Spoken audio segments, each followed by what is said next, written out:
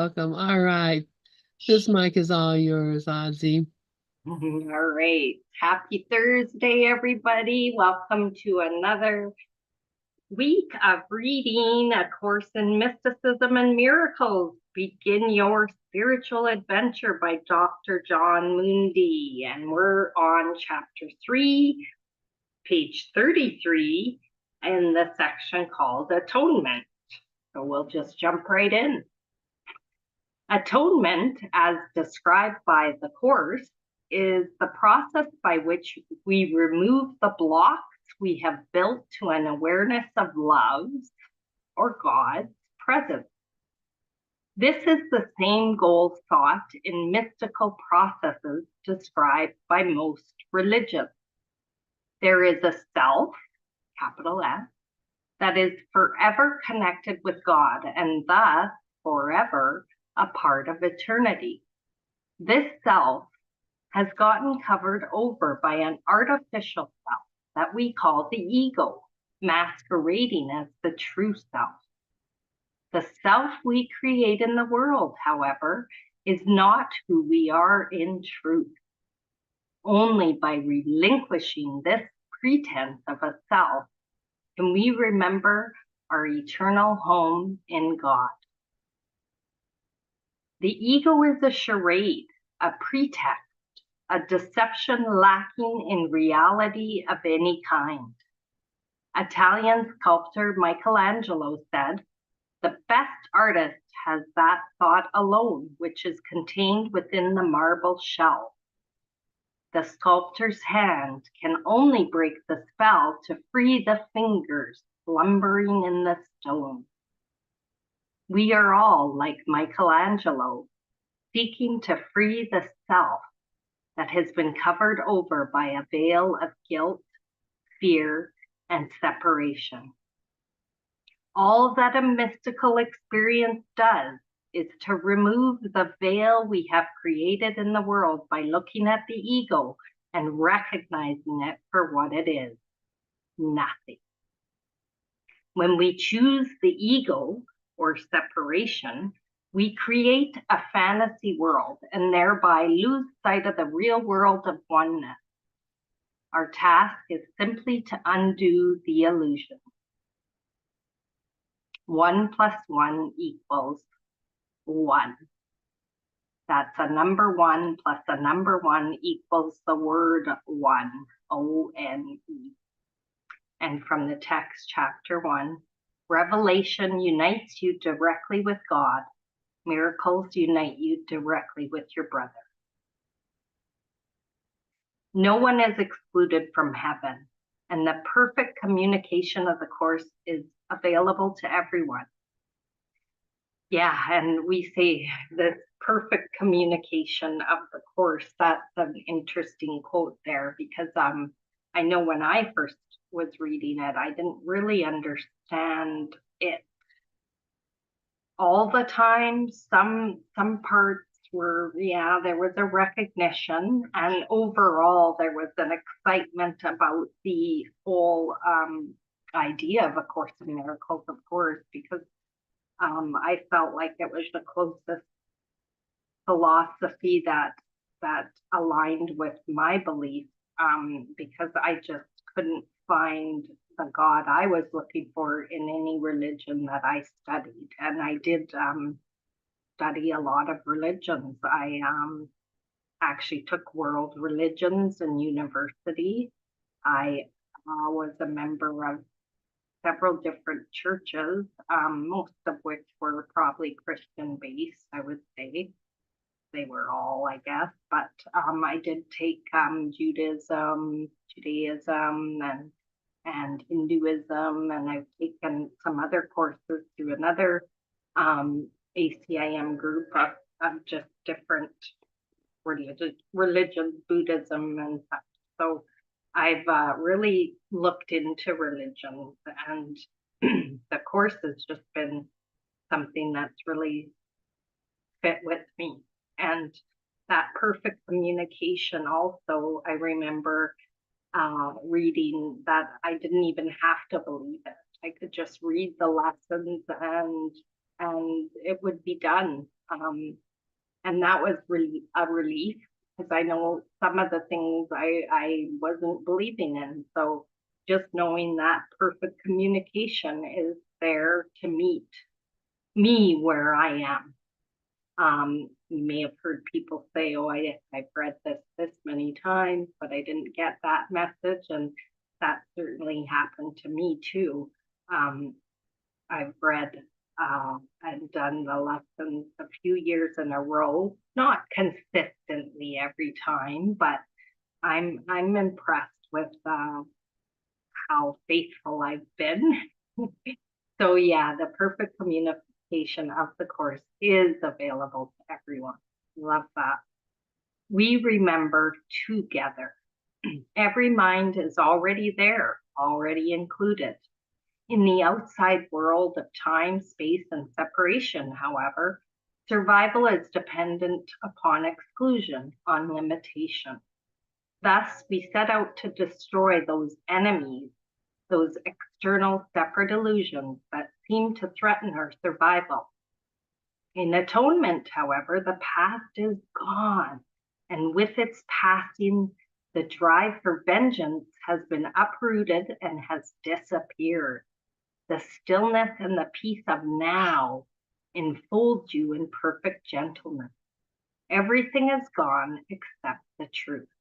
From the text, chapter 16. I love, when I see the word atonement too, I remember I've seen in some courses that some people call it at one-ment. And now there's been a controversy over that even in the course communities, which it's always funny to see. I mean, even as I say this, I'm judging, so it's just a hypocrisy all around. But it's like we're just judging. There's somebody that says at one-ment, they're just taking the word and breaking it into 3 words or whatever, and then other people get their backs up against it, and they're judging that, and I'm judging them for judging, and it's just all separation again. Here we go again, right? If a person wants to find conflict, to find me included, and being aware of that is well, I used to say a curse, but it's truly a gift, really. A holy relationship of atonement is simply the expression of the holy instant in this world. It is a moment of complete sanity in which the mind is host to God or love rather than hostage to the ego. Only by recognizing our own insanity can we begin to let it go. Yeah, I used to say, like, to appear sane in an insane world, one must be insane. I don't know. I don't even know now if that makes sense. But the world I lived in, that was mostly in my mind. I had a lot of trouble even recognizing the now moment, just due to living in the past and the future. I'm never able to even sit still and just hostage to the ego, as John says here. And when that recognition comes, it's like the light can shine upon it, and I don't have to do anything except accept it, except be with it, because pushing it away doesn't work. Telling myself I'm awful doesn't work. But what I want to try is just to accept it, accept myself for whatever's coming up. That is a holy relationship with myself. Just acknowledging that there is something happening here, and I'm going to do my best to choose peace and decide for peace. If I don't feel at peace, I can just check in, and I can always ask God, my higher power, the universe, Buddha, whatever we want to call that. It's our own individual inner teacher that will guide us to where we need to be, what we need to say. Just when I get in there and all in a knot, knickers in a knot, and want to enforce my will on it or my expectations or how it should go, that's when I run into trouble. And so I like that there is this whole program, really. It's the course, right? Every day there's a lesson. You know, you go through it. You can use it however you use it. Really, you could focus on one lesson every day. Really, yeah, the only rule is to not do more than one lesson a day. So let's go on here. Falling in love is often the first transcendent experience we can identify with as truly mystical. It doesn't matter with what or with whom we fall in love, another person, an animal, music, nature, a field of knowledge, a craft, an art, or an activity like dancing or swimming or playing an instrument. The soul longs to fall in love again and again. The trick is not to lose the awareness we gain in such moments. To fall in love is to remember God. In fact, everyone is already 100% love. All we need to do is remember what is already there. When we fall in love, we are flooded with a deep, intense feeling of joy. We feel transported. We feel a sense of emotional freedom, along with beautiful thoughts and images of our beloved. Our feet don't quite touch the ground. We are bathed in emotion. Falling in love is bigger than we are. The more we let it happen, the more it will happen. Still, be careful. Fools do indeed rush in. Be watchful. The ego is tricky. It can kick back in and tempt we to be judgmental. Love is innocent and often also blind. True love is forever. Oh, that falling in love, isn't it an interesting thing? I used to have some, just different partners throughout my life. And that was such a big thing, right? Falling in love, that honeymoon period. But pretty soon I would just get annoyed again with people. But the realization is that I was really annoyed with myself. And the falling in love of the self, like even the little self, just acceptance of that little self is the best relationship, really, because that allows me to open up to the big capital S self, in my opinion, in my experience. I find that it's pretty much impossible to love others if I have no love for this individual expression. Really, it's kind of impossible. I mean, I could fake it for a while, but it just comes back, and the same lessons come back in, and because I wasn't even looking at anything ever. I didn't know. I was in ego still, right? I wasn't aware to it, but I was certainly aware that something wasn't right. I was aware that after acting a certain way, that wasn't how I wanted to act or talk, and it would almost be instantaneous. It got to the point where it would be just coming out of my mouth, and I was like, no, no, no, no, no. So the being watchful really was helpful too at the beginning, just watching the mind. What is this mind saying? What's this mind thinking? What's going on there? So that awareness, very big. So the next section is dreaming. And let's see what John has to say about that. Dreams are altered states in which we temporarily abandon the rational mind They are a way for the subconscious whole to communicate with the conscious part. Freud called them the royal road to the unconscious. The Course tells us that the Holy Spirit has use for sleep and can use dreams on behalf of waking if you will let him, from the text chapter 8. But dreams contain many of the ego's symbols, so they can sometimes be fearful and confusing. I remember one dream I had while on a return flight to New York from the West Coast.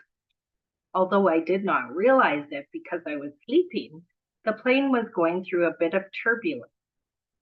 I dreamed that I was driving a car with my eyes closed. My hands, which were in my lap as I slept, were not on the steering wheel. It was very scary. I realized within the context of the dream that I had to stop the car, but I had no idea where I was or what was around me. I struggled to open my eyes and finally, with some effort, succeeded, only to realize that I was on an airplane, not in a car, and now quite awake and free of this fearful dream. I took the dream as an interesting metaphor.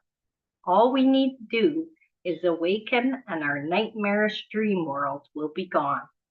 Rest in the Holy Spirit, the Course teaches, and allow his gentle dreams to take the place of those you dreamed in terror and in fear of death. He brings forgiving dreams in which the choice is not who is the murderer and who shall be the victim. In the dreams he brings, there is no murder and there is no death. From the text, chapter 27. So when he's talking about driving the car, but no hands on the wheel, when I'm driving, sometimes I am like, I don't know. I say to people, well, somebody was driving the car, but I don't know if it was Audrey, because sometimes I don't know where I've gone to. But that's quite the experience coming from somebody who used to be in a car and road raging, which I still sometimes do also. So I'm not overcome that totally, but hey, it's WIP, work in progress, WIP. Although many dreams are ego-oriented and replay surface desires and anxieties, dreams can also grant us access to a larger world. Dreams are telling us something, and if we look carefully, we can learn from their guidance. Carl Jung called dreams the small hidden door in the deepest and most intimate sanctum of the soul, which opens to that primeval cosmic night that was so long before there was conscious ego and will be so far beyond what a conscious ego could ever reach.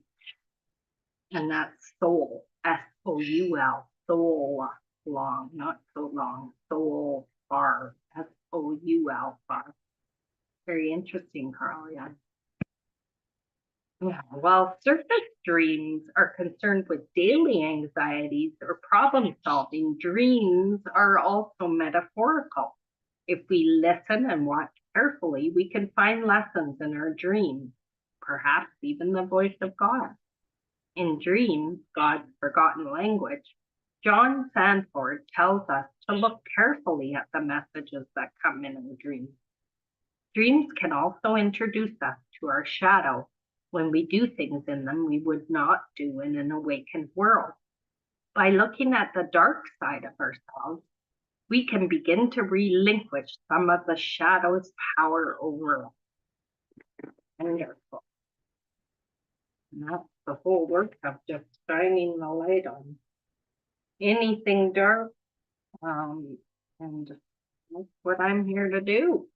And we're already moving into chapter 4. So let's get going. We've got a quote by Evelyn Underhill from Mysticism. The narrow path of the mystic's climb begins where the philosopher's broad road leaves off. Chapter 4 is modern mysticism.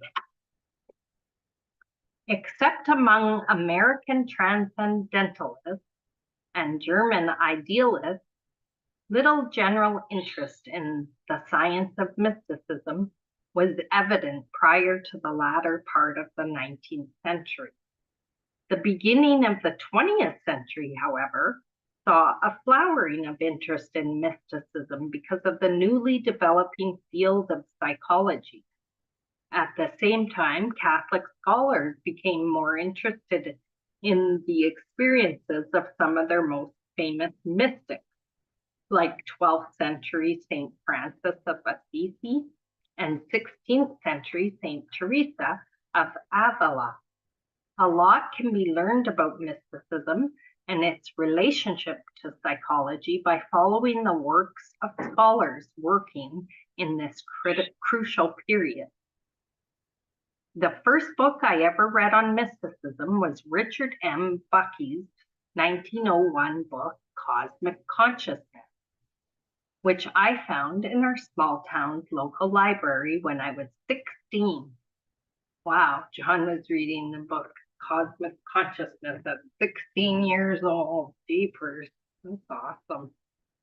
On a buggy ride in England, feeling inspired by one of Walt Whitman's poems, Buck, or Bucky, it's B-U-C-K-E, had a great illumination, what he later called cosmic consciousness, in which he realized that the cosmos was fully alive. Humans have immortal souls, and the universe is constructed in such a way that all things work towards the good. Love is the most basic force in the universe. Buck described cosmic consciousness as a transpersonal awareness of the universal mind and oneness with it. Mystical or cosmic consciousness is primarily an awareness of the life and order of the universe. A person with this consciousness is aware of immortality as something he or she already has. Buck believed that the occurrence of mystical experiences had been on the rise throughout history, and this steady increase in divine revelation would one day obviate the need for organized religion and find a way to end all war.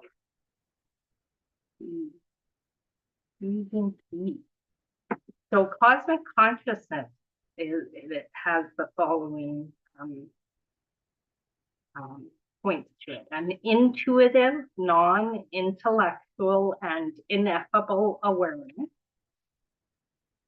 an elevated moral awareness, and an inability to hurt others. It's freedom from sin, guilt, and fear, an awareness of immortality.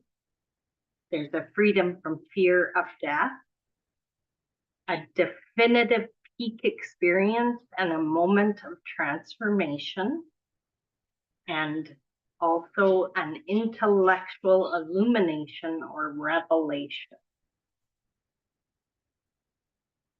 And this chapter will come to an end after 2 more paragraphs, so I'm going to read through those in our last 5 minutes. William James was a contemporary of Bucky, who taught the first class in psychology as a separate science at Harvard in 1885. His Principles of Psychology was one of the first textbooks on psychology. In 1901, James delivered a series of lectures known as the Gifford Lectures, which were collected in print under the title Varieties of Religious Experience. Here, James closely echoed Buck's description of cosmic consciousness in the characteristics he ascribed to mysticism. Mystical experiences, James wrote, are ineffable and beyond our capacity to express in words. They are passive in that they seem to happen to or through us without our direction. They are transient, that is, time stops, where the mystical experience seems to happen outside of time. And they have a noetic quality in that through them we come to know something profound. Building on these insights, Rudolf Otto, a professor of systematic theology at the University of Marburg, in his book, The Idea of the Holy, coined the word numinous to define the mystical.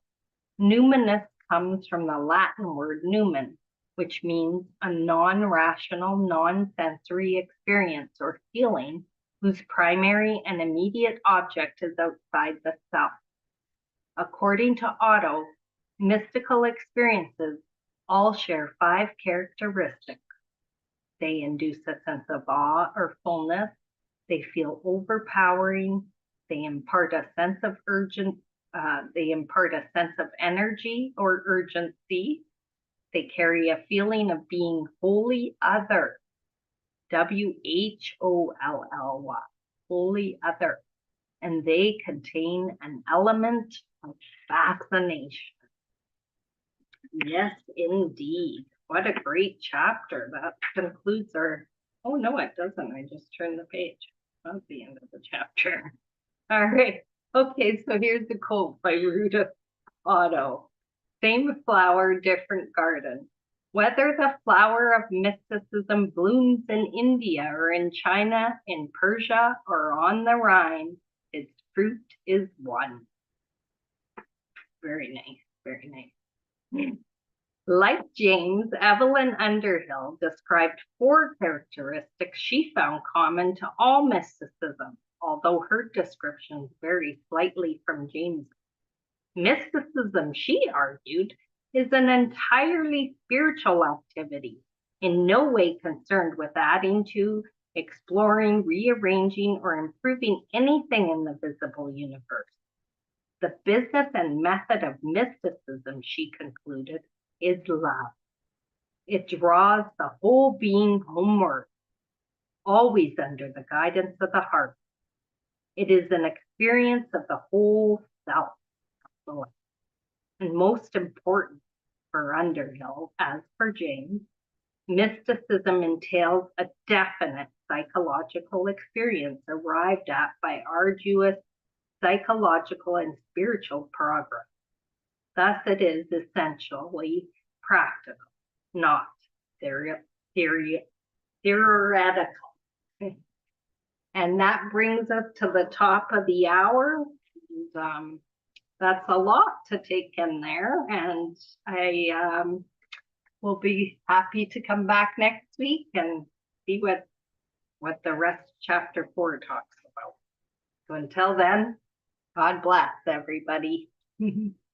Thank you, Audsie. I love you. God bless you. And thanks for reading this book. It's interesting to hear. So I love it. A Course in Miracles and Mysticism and Miracles. I love it. Thank you, Audsie, and maybe we'll see you tonight. For sure.